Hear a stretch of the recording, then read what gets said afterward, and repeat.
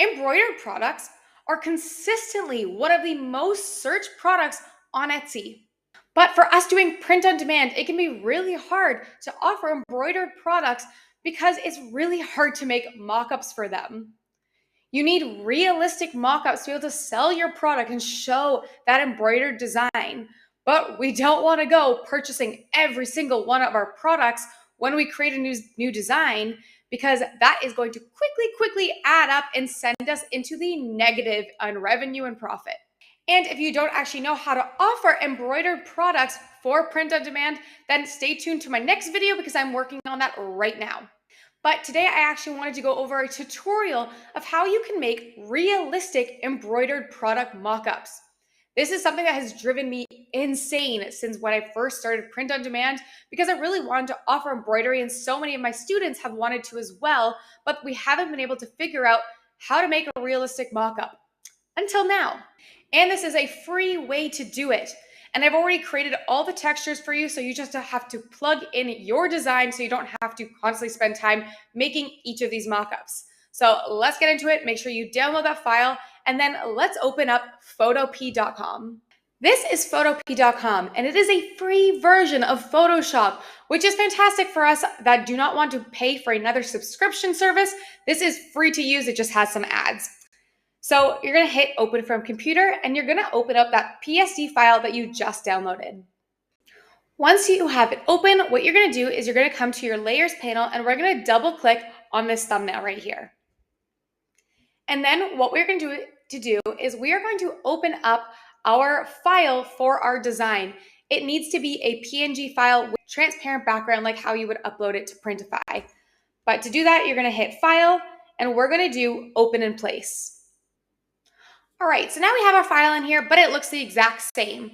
What you're going to do is you're just going to save this file. You can do that by hitting Command S, or you can go to File, Save Smart Object, save that, and then just go back to their last file up in the corner here.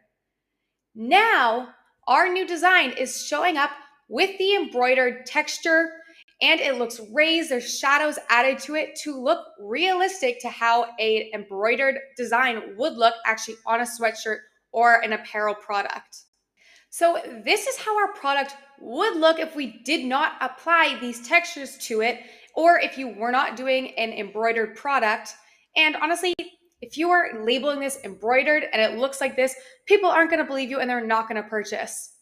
But how about this version? If this was labeled an embroidered product and they saw this as your main photo, they're going to believe you. And they are way more likely to purchase than using a flat image. So if you have files that you want to be embroidered, then try making this to save a lot of money on having to order every single one of your products and take custom photos of each and every single one. Much faster, free way to do it this way. But there is an issue that if you are using a design that has multiple colors, there is an extra step.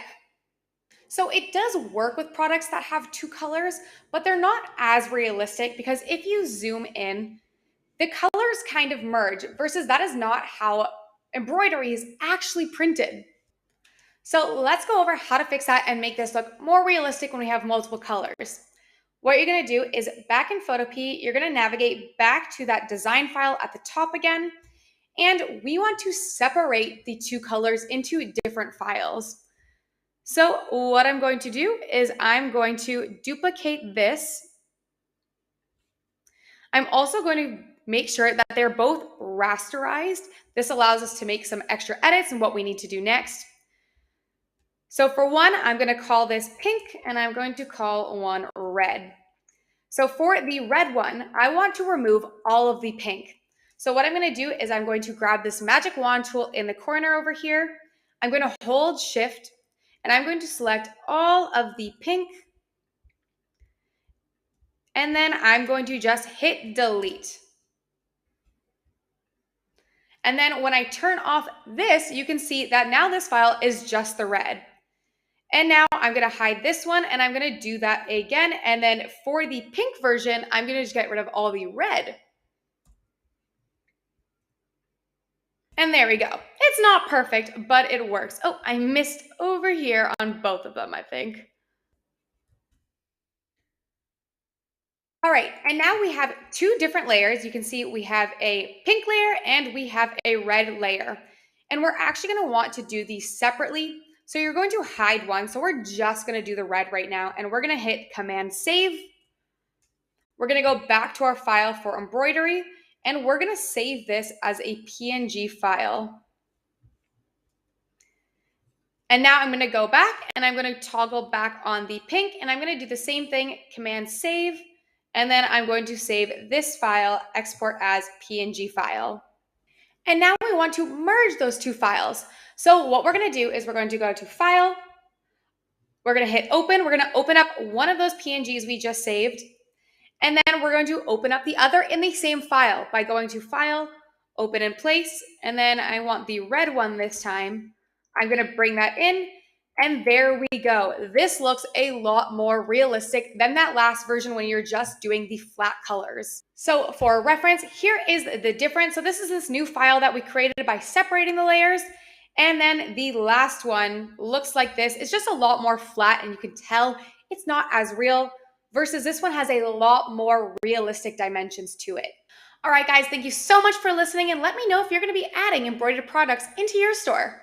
Thanks, and I'll see you online.